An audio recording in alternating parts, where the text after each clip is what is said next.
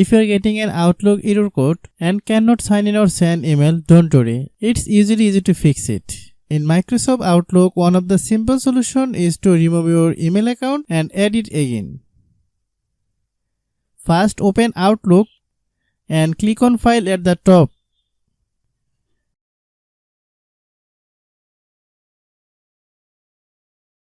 Then go to Account Settings and choose Manage Accounts. You will see your email account list here. Select the account causing this issue. Click Remove and Confirm.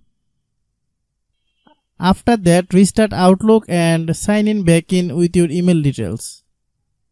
If the problem continues, you can repair or reset the app.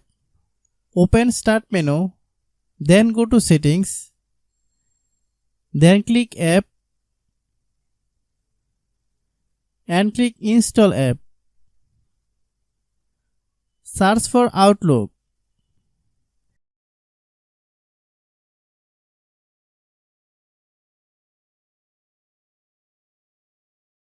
Click the three dot next to it and choose Advanced option.